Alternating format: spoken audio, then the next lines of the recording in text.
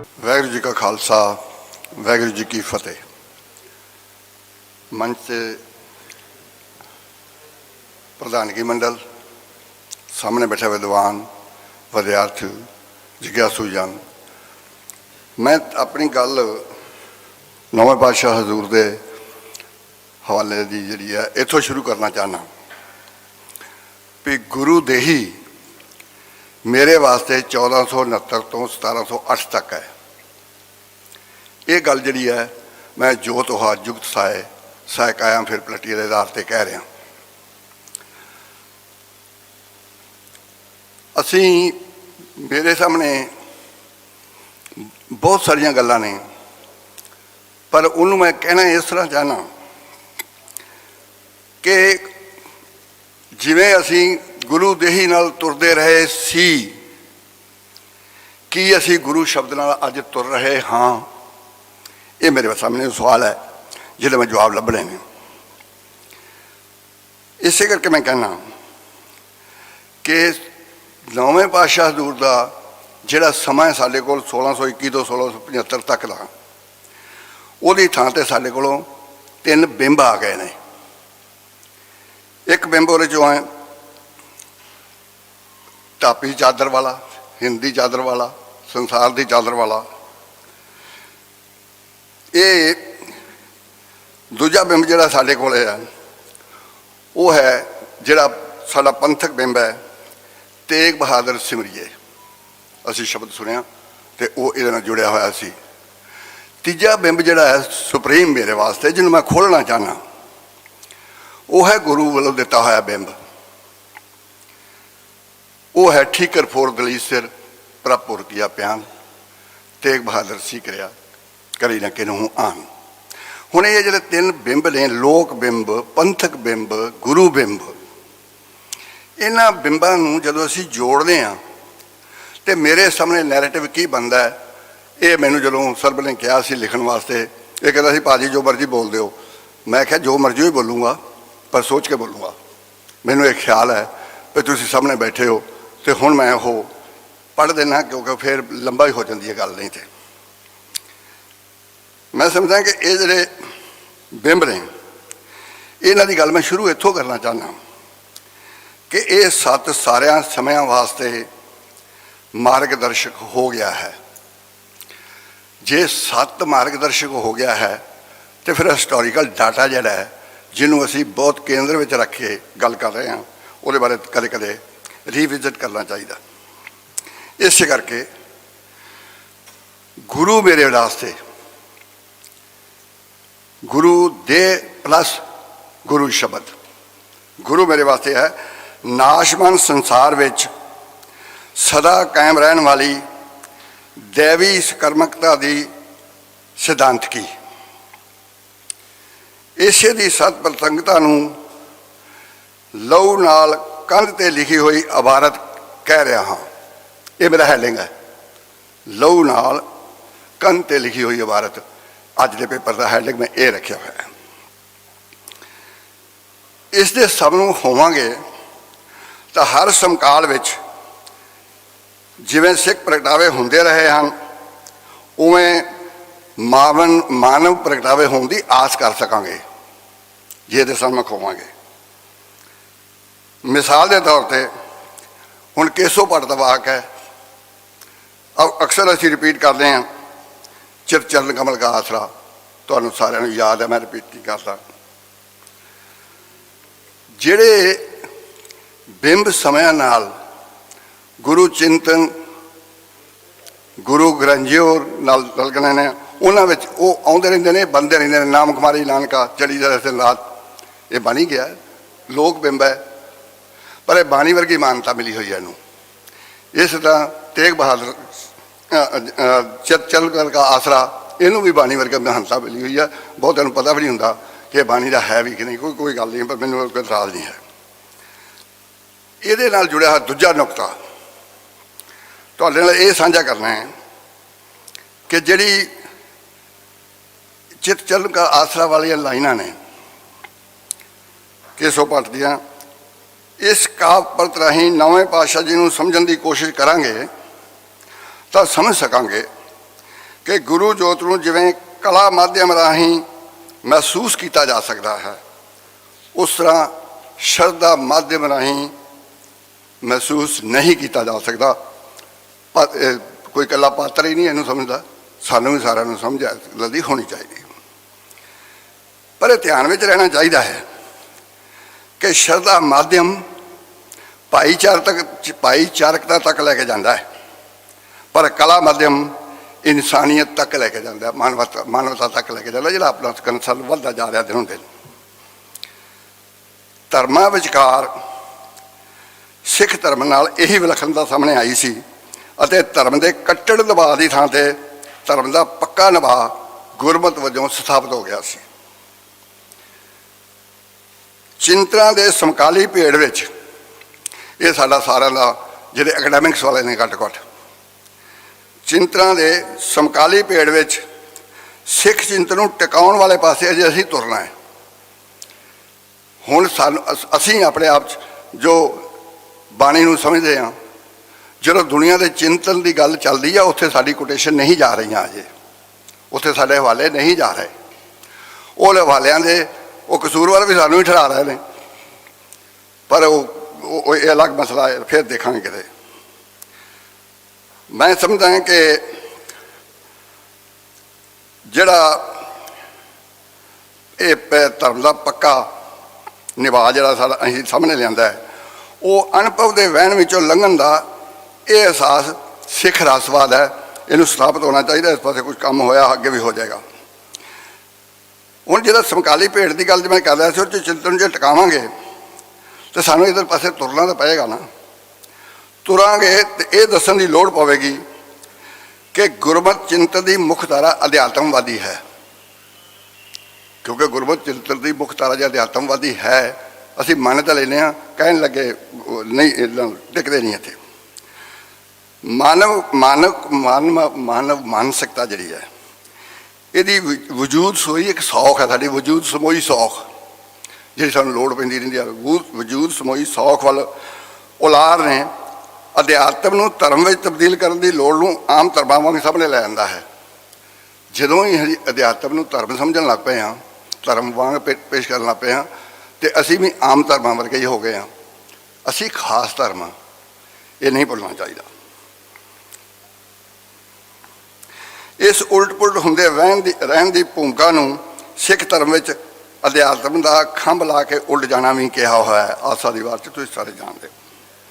ਅਤੇ ਇਹ ਵੀ ਸਥਾਪਿਤ ਕੀਤਾ ਹੋਇਆ ਹੈ ਕਿ ਧਰਮ ਦੀ ਅਸਫਲਤਾ ਅਧਿਆਤਮ ਦੀ ਅਸਫਲਤਾ ਇਸ ਕਰਕੇ ਨਹੀਂ ਹੁੰਦੀ ਕਿਉਂਕਿ ਅਧਿਆਤਮ ਧਰਮ ਦੇ ਬੰਧਨ ਵਿੱਚ ਨਹੀਂ ਹੁੰਦਾ। ਧਰਮ ਨੂੰ ਅਧਿਆਤਮ ਦਾ ਬੰਧਨ ਹੈ, ਅਧਿਆਤਮ ਨੂੰ ਧਰਮ ਦਾ ਕੋਈ ਬੰਧਨ ਨਹੀਂ ਹੈ। ਕਿਉਂਕਿ ਨਹੀਂ ਹੁੰਦਾ।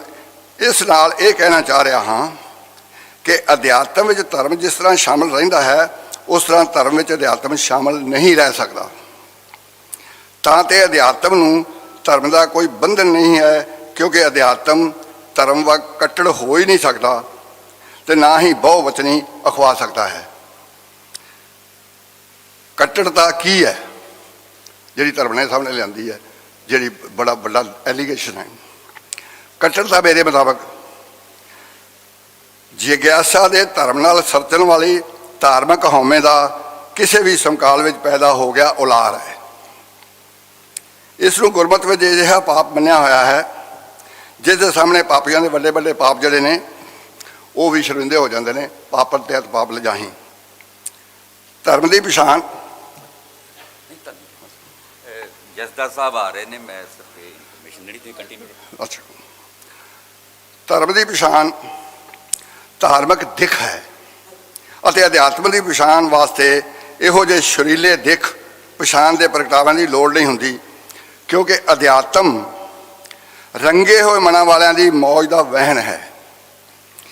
ਇਸ ਨੂੰ ਦਰਿਆਵੀ ਮਾਧਿਅਮਾਂ ਰਾਹੀਂ ਸਮਝਣ ਨਾਲੋਂ ਵੱਧ ਰੂਹ ਨਾਲ ਮਹਿਸੂਸ ਕੀਤੇ ਜਾਣ ਦੀ ਲੋੜ ਪੈਂਦੀ ਹੈ। ਜਦੋਂ ਪ੍ਰੋਫੈਸਰ ਪੂਰਨ ਸਿੰਘ ਕਹਿੰਦਾ ਹੈ ਕਿ ਧਰਮ ਬਹੁ ਵਚਨ ਨਹੀਂ ਹੋ ਸਕਦਾ, ਤਾਂ ਉਹ ਅਧਿਆਤਮ ਦੀ ਗੱਲ ਕਰਦਾ ਹੈ, ਭਾਵੇਂ ਉਹ ਕਹਿ ਸਿੱਖ ਧਰਮ ਵਾਲੇ ਰਿਹਾ ਹੈ। ਇਹ ਵਿਰਲਿਆਂ ਦੀ ਖੇਡ ਹੈ ਤੇ ਇਸ ਨੂੰ ਬਹੁ ਗਿਣਤੀ ਦੇ ਧਰਮ ਅਤੇ ਘੱਟ ਗਿਣਤੀ ਦੇ ਧਰਮ ਵਿੱਚ ਵੰਡ ਕੇ ਨਹੀਂ ਵੇਖਿਆ ਜਾ ਸਕਦਾ। ਅਧਿਆਤਮ ਨੂੰ ਡੁੱਲੇ ਹੋਏ ਰੰਗ ਅਤੇ ਖਿੜੇ ਹੋਏ ਫੁੱਲ ਵਾਂਗ ਯਕ ਰੰਗੀਅਤ ਦੀ ਮੁਤਾਜੀ ਨਹੀਂ ਹੁੰਦੀ। ਨੌਵੇਂ ਪਾਤਸ਼ਾਹ ਹਜ਼ੂਰ ਦਾ ਵਿਰਾਸਤੀ ਨਿਰੰਤਰਤਾ ਵਿੱਚ ਯੋਗਦਾਨ ਦਾ ਖੇੜਾ, ਉਹਨਾਂ ਦਾ ਯੋਗਦਾਨ ਦਾ ਖੇੜਾ, ਇਤਿਹਾਸ ਨਹੀਂ ਉਹਨਾਂ ਦਾ ਯੋਗਦਾਨ ਦਾ ਡਾਟਾ ਨਹੀਂ, ਉਹਨਾਂ ਦੇ ਯੋਗਦਾਨ ਦਾ ਖੇੜਾ ਹੀ ਸਰਬੱਤ ਦੇ ਭਲੇ ਦੀ ਪਹਿਰੇਦਾਰੀ ਹੋ ਗਿਆ ਹੈ। ਅਧਿਆਤਮ ਅਤੇ ਧਰਮ ਦੀ ਅੰਤਰ ਸੰਬੰਧਤਾ ਦੀ ਲੀਲਾ ਦੇ ਪ੍ਰਗਟਾਵੇ ਸਿੱਖ ਸੱਭਿਆਚਾਰ ਰਾਹੀਂ ਲਗਾਤਾਰ ਹੁੰਦੇ ਰਹੇ ਹਨ ਅਤੇ ਸ਼ਾਨਾ ਮਤੇ ਇਤਿਹਾਸ ਵਜੋਂ ਸੰਭਾਲੇ ਹੋਏ ਵੀ ਹਨ। ਗੁਰਮਤਿ ਵਿੱਚ ਧਰੋਹਰ ਵਜੋਂ ਇਹੀ ਸਿਧਾਂਤ ਕੀ ਸ਼ਬਦ ਸੁਰਤ ਅਤੇ ਸ਼ਬਦ ਗੁਰੂ ਵਜੋਂ ਸ੍ਰੀ ਗੁਰੂ ਗ੍ਰੰਥ ਸਾਹਿਬ ਵਿੱਚ ਸੰਭਾਲੀ ਹੋਈ ਹੈ ਅਤੇ ਇਸੇ ਨੂੰ ਵਾਰਸਾਂ ਵਾਂਗ ਪ੍ਰਗਟ ਕਰਨ ਵਾਲਿਆਂ ਦੇ ਭਾਈਚਾਰੇ ਨੂੰ ਪੰਥ ਗਰਦਾਨਿਆ ਹੋਇਆ ਹੈ। ਅਗਲਾ ਨੁਕਤਾ ਜਿਹੜਾ ਤੀਜਾ ਮੇਰਾ ਤੁਹਾਡੇ ਸਾਹਮਣੇ ਮੇਰਾ ਹੈ, ਆ ਗਏ ਨਾ, ਚਲੋ ਇਸ ਪਿਛੋਕੜ ਨੂੰ ਧਿਆਨ ਵਿੱਚ ਰੱਖਾਂਗੇ ਤਾਂ ਸਮਝ ਸਕਾਂਗੇ ਕਿ ਝੂਠ ਸੱਚ ਅੱਗੇ ਅਤੇ ਸਿਆਸਤ ਧਰਮ ਅੱਗੇ ਇਵੇਂ ਹੀ ਹਾਰਦੀ ਆਈ ਹੈ ਜਿਵੇਂ ਮੁਗਲ ਬਾਦਸ਼ਾਹ ਔਰੰਗਜ਼ੇਬ ਦੇ ਫੈਸਲੇ ਹੁਕਮ ਨੂੰ ਪਾਤਸ਼ਾਹੀ ਦੀ ਸ਼ਹੀਦੀ ਅੱਗੇ ਹਾਰਨਾ ਪਿਆ ਸੀ।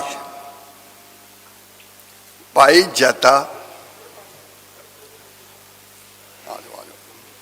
ਭਾਈ ਖਾਲਸਾ ਬੋਲੇ ਸੋ ਨਿਹਾਲ।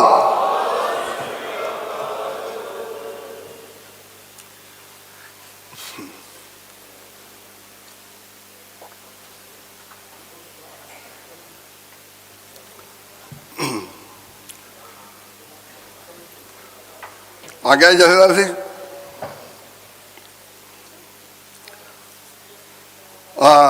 ਮੈਂ ਔਰੰਗਜ਼ੇਬ ਦੇ ਫੈਸਲੇ ਨੂੰ ਕਿਵੇਂ ਹਾਰਨਾ ਪਿਆ ਸੀ?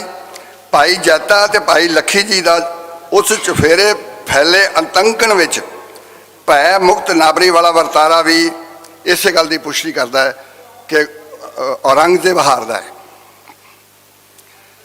ਗੁਰੂ ਹੁਕਮ ਵਿੱਚ ਹੋਈਆਂ ਭਾਈ ਮਤੀ ਦਾਸ, ਭਾਈ ਸਤੀ ਦਾਸ ਅਤੇ ਦਿਆਲਾ ਜੀ ਦੀਆਂ ਸ਼ਹੀਦੀਆਂ ਵੀ ਇਸੇ ਸਤਤਾ ਦੀਆਂ ਸ਼ਾਹਦ ਹਨ ਕਿ ਸ਼ਾਹੀ ਹੁਕਮ ਜਿਹੜਾ ਹੈ ਉਹ ਅਧਿਆਤਮ ਅੱਗੇ ਹਾਰਦਾ ਹੈ।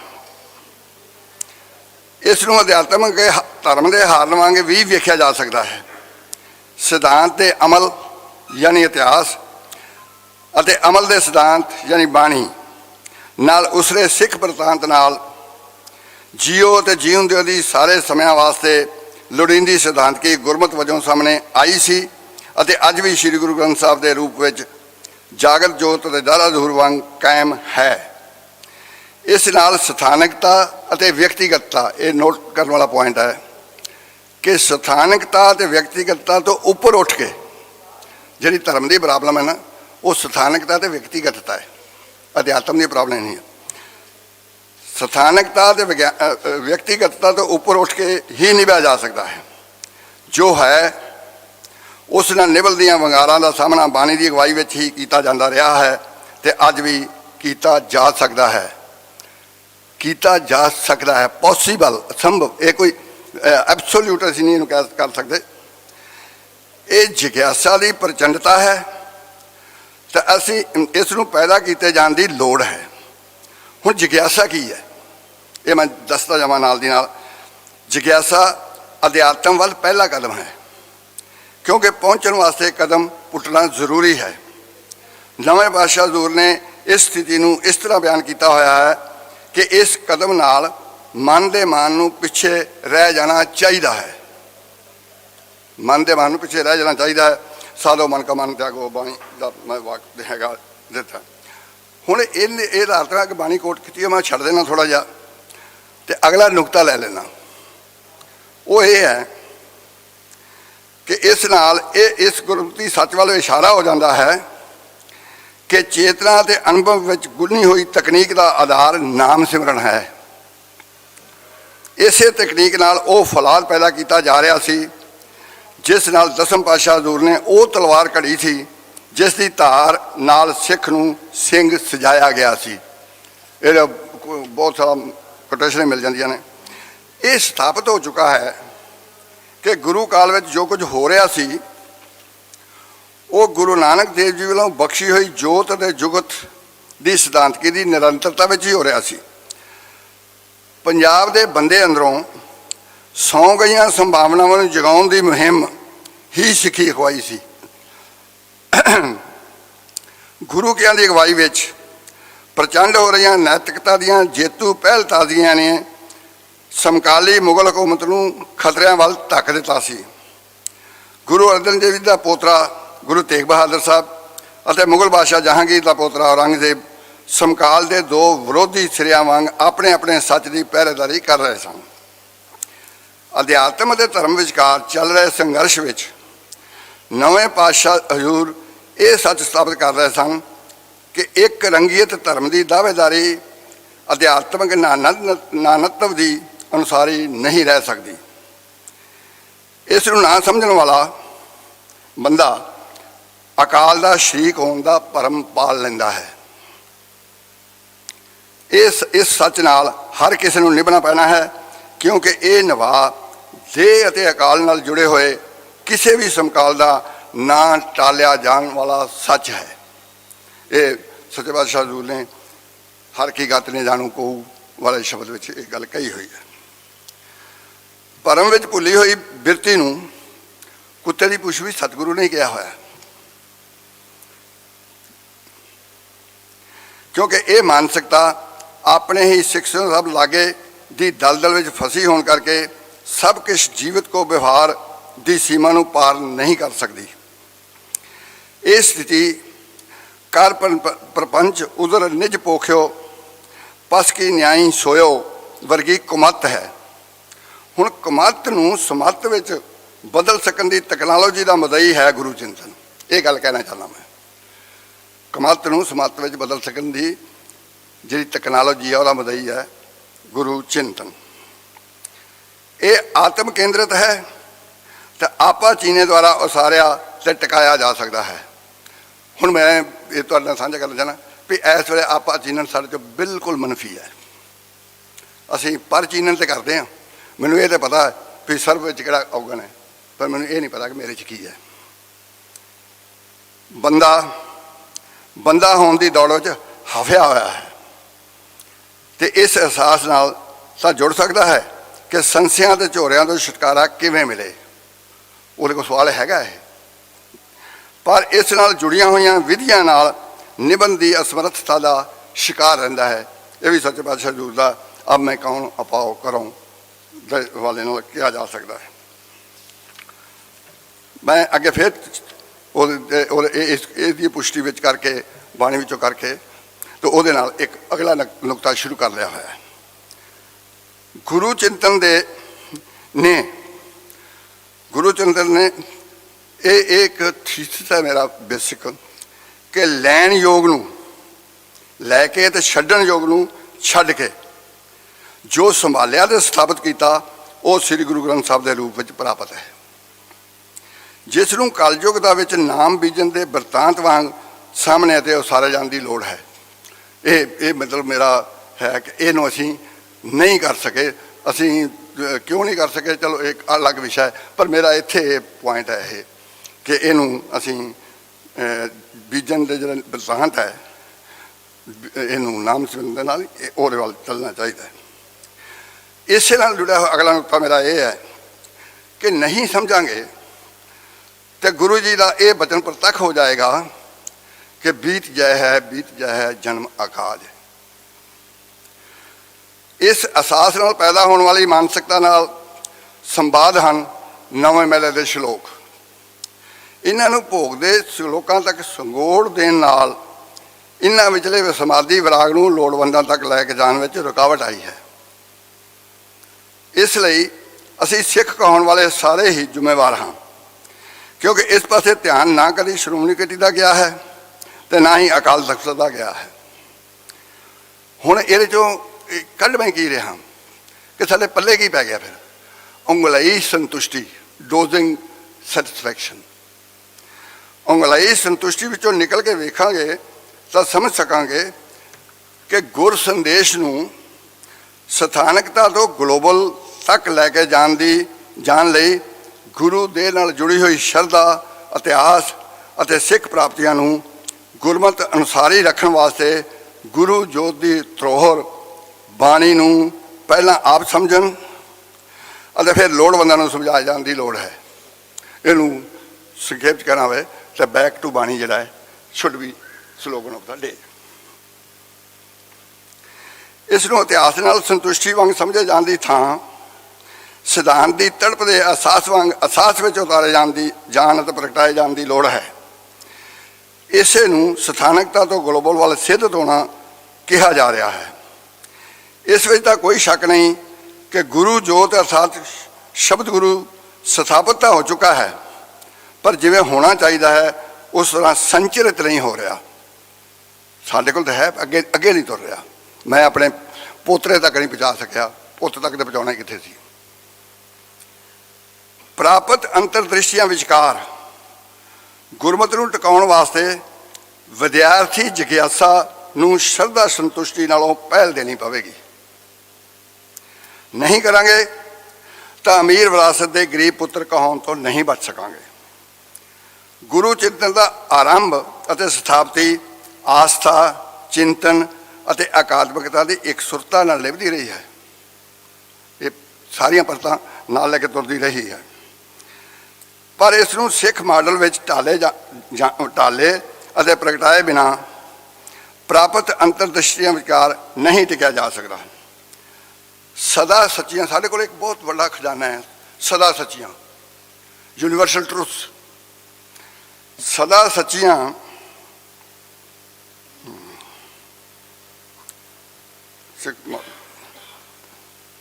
सदा सचियाँ ते सर्व प्रवानत विच ना कोई बैरी नहीं बगाना, सर्ग संग हमको बनाई मानस की जा सबे के पहचानबो, सो को मंदा आखिए जित मैं राजान अते सरबत दा भला नूं जिस तक भी पहुँचावांगे वो सिख होए बिना सिख होण लग पाएगा। ये इस वेले दी सब तो वड्डी लोड़ है कि साडी सिद्धांतकी जिहड़ी है वो सिख होए बिना सिख होण नूं आग्या देवे। ये मैं ये कहना चाहना, मैं नहीं कहता भी मेरा कोई दावा है, पर मैंने लगता है कि ओपन एंडेड जरा रखना इन्हू जरूरी हो गया है। मैंने तो नवें पातशाह की शहीदी इसे सुर के हक में भुगतती लगती है। इसे दी नींव गुरु नानक देव जी ने मर्दाना जी नाल लैके रख दी सी। इसे दी सहजधारी परंपरा नाल पुष्टि होंदी रही है। नवें पातशाह की शहीदी का चश्मदीद और चांदनी चौक कोतवाली का दरोगा ख्वाजा अब्दुल्ला नौकरी छड्ड के आनंदपुर पहुँच गया सी अते कश्मीरी पंडितों विचों बहुते सिंह सज गए सन। भाई वीर सिंह के नावल सुंदरी द्वारा भी इसे का समर्थन हो जाता है। प्राप्त नूं वरतन तो इस करके खुंझ रहे हाँ क्योंकि अगाऊं सोच के एजेंडा तैयार करने वाले राह अजे असीं तुरे ही नहीं। इस वेले दी वड्डी लोड़ बहु गिनती धर्मां विच घट गिनती धर्मां नूं उस तरह टिकाउण दी लोड़ है जिवें सिक्खी टिकदी आई है। ये इस वेले दी मैं नहीं जाता उस पासे वर्तमान के हवाले नाल। कौमीयत वांग सोचना है तो इसे नूं UMO वांग UNO की तर्ज से UNO यूनाइटेड ऑर्गेनाइजेशन दी है, UNO की तर्ज से UMO वांग यूनाइटेड माइनॉरिटी ऑर्गेनाइजेशन वांग सोचा जा सकता, असीं कर सकते हैं।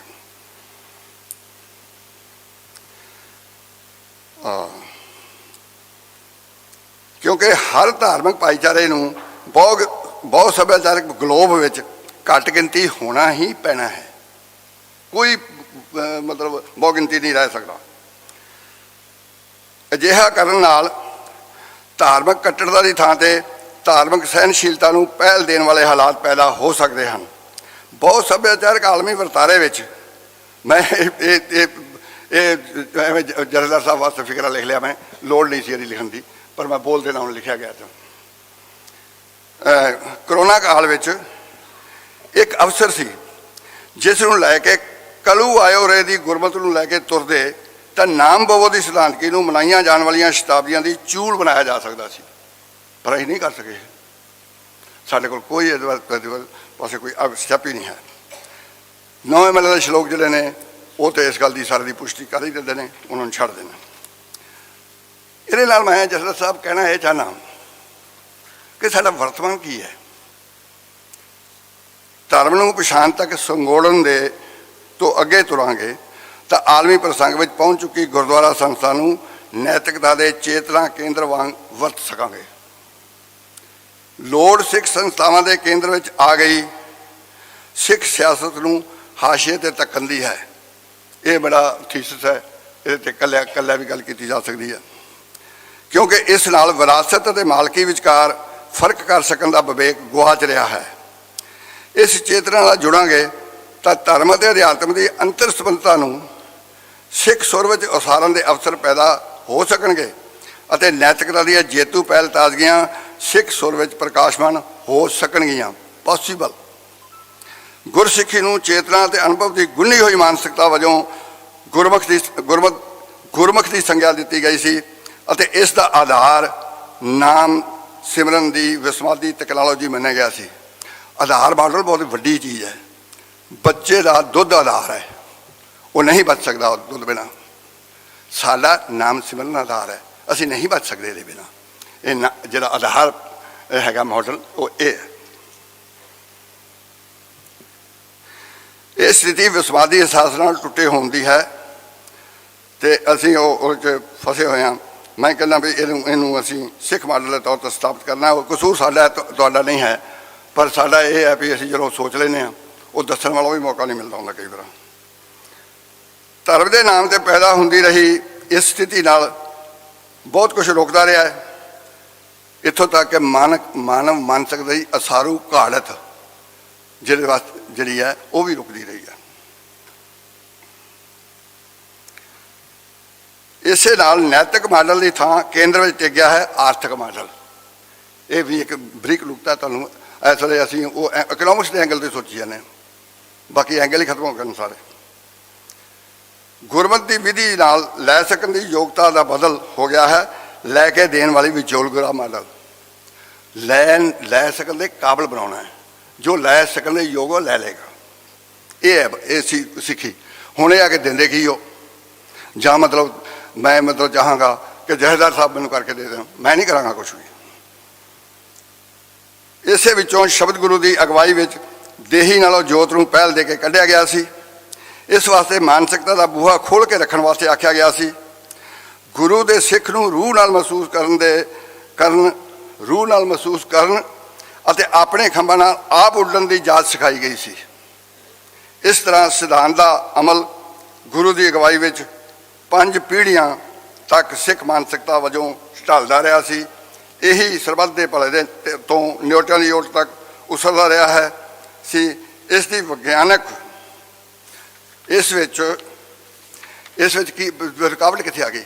ਇਸ ਵਿੱਚ ਅਗਿਆਨ ਅਤੇ ਕੱਟੜਤਾ ਦੀ ਦਖਲਅੰਦਾਜ਼ੀ ਵੀ ਹੁੰਦੀ ਰਹੀ ਹੈ। ਇਹੋ ਹੀ ਰੁਕਾਵਟ ਰਹੀ ਹੈ। ਲਾਸਟ ਮੈਂ ਆਪਣੀ ਪੁਆਇੰਟ ਨੂੰ ਸਮੇਟਣਾ ਚਾਹੁੰਦਾ। ਇਸ ਦੇ ਵਿਸਤਾਰ ਵਿੱਚ ਜਾਏ ਬਿਨਾਂ ਕਹਿਣਾ ਇਹ ਚਾਹ ਰਿਹਾ ਹਾਂ ਕਿ ਇਸੇ ਨੂੰ ਜੇ ਨੌਵੇਂ ਪਾਤਸ਼ਾਹ ਜੀ ਵੱਲੋਂ ਦਿੱਤੀ ਗਈ ਸ਼ਹਾਦਤ ਦੀ ਚਾਬੀ ਨਾਲ ਖੋਲ੍ਹੀਏ ਤੇ ਗੁਰਮਤਿ ਦਾ ਸਵੈ ਇੱਛਤ ਮਾਡਲ, ਵਲੰਟੀਅਰਿੰਗ ਮਾਡਲ ਸਾਹਮਣੇ ਆ ਜਾਏਗਾ। ਇਸ ਦੇ ਅੰਸ਼ਕ ਰੂਪ ਵਿੱਚ ਪ੍ਰਗਟਾਵੇ ਹੁੰਦੇ ਆ ਰਹੇ ਹਨ। ਇਸੇ ਕਰਕੇ ਸਿੱਖ ਵਿਅਕਤੀਆਂ ਦੀਆਂ ਪ੍ਰਾਪਤੀਆਂ ਕਈ ਵਾਰ ਸਿੱਖ ਸੰਸਥਾਵਾਂ ਦੀਆਂ ਪ੍ਰਾਪਤੀਆਂ ਨਾਲੋਂ ਅੱਗੇ ਲੰਘਦੀਆਂ ਰਹੀਆਂ ਨੇ।